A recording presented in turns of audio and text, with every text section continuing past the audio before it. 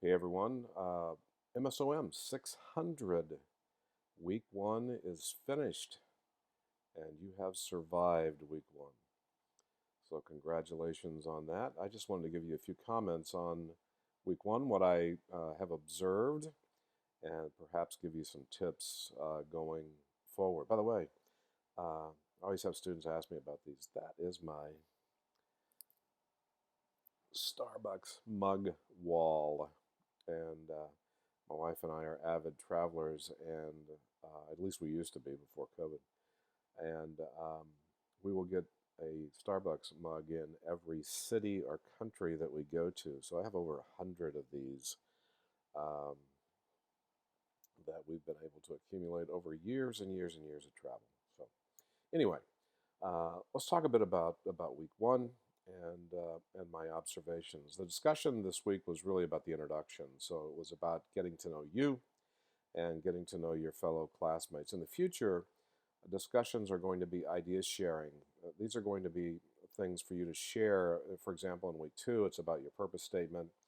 And then in subsequent weeks, it's about research that you're finding and so on. So make sure that you're detailed on these and just don't see these as an activity, but see them as an opportunity to help your fellow classmates with their paper, their writing, and their research going forward. So just keep that in mind. The journal this week, I really appreciate your transparency here. And I mean what I said in my responses to you, or I talked about the 5 hour versus the 5 minute option. I want to be seen as a helper, as an assistant, as a coach going through this class, and not just someone who's going to be doling out grades to you going forward. So if there's anything that you have a question about, if there's something that you don't understand, don't guess. Ask me about it. I had a student one time submit a paper and say, I'm not sure if this is what you're looking for, but I submitted it anyway. And I'm going, oh my gosh, at the point you don't fully understand or you're guessing, that's when you need to contact me. So make sure that you do that. Biggest opportunities going forward would be with the short answers. And I've mentioned this a couple times, but short does not mean lack of detail. And so you need more detail here. And this is not an undergrad or a high school class where you're hunting for an answer and then just repeating it and putting it on a piece of paper.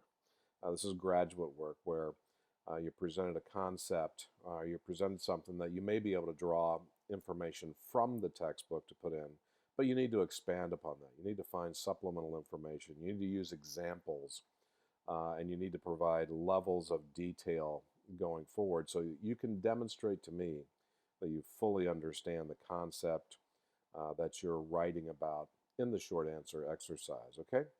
The paper this week, easy, just an outline. Again, my purpose for that was just so that you could see the frame of what this paper is going to look like, and also to sell to you the idea that outlines are real important before you start writing anything.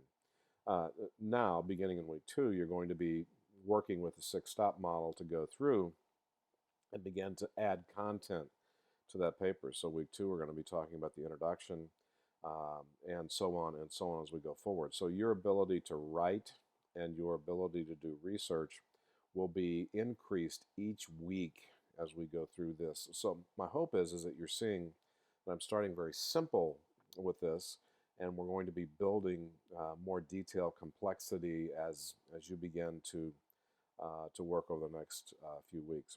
I want to talk specifically now about grading. And in this course, there are 1,000 total points available. And in order to get an A, you have to have 930 points. And guess what? You find all that information in the syllabus. And my hope is that you've seen the syllabus.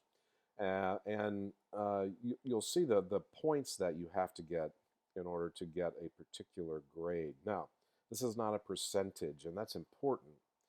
It's the number of points. So, for example, if you get 930 points, then you've earned an A. If you get 929 points, then that's a B plus. These are not rounded because they're based on total numbers of points, of which 1,000 is would be the total. Okay, So make sure that you understand that. And then secondly, you're not going to get anything sent back to you via mail that's graded. Everything is going to be in the grade book in the course. And the way that you'll know that I've graded something is if you go into the grade book and you see a number next to a particular assignment or exercise, you click on that number and it opens up, and you'll be able to see either on discussion forums, you'll see my comments, where normally I have some general comments and then I have some specific ones just for your discussion forum. Or you'll see in an assignment or short answer, you click on the grade, and you'll see the file in there. It'll be something, I'll say something like, please see my comments on the attached file. And then so you can open up that file and you'll see my comments down the margins of your papers or your short answers. And I'm quite detailed on those. Some of them are general, some of them are specific, but normally everything has both.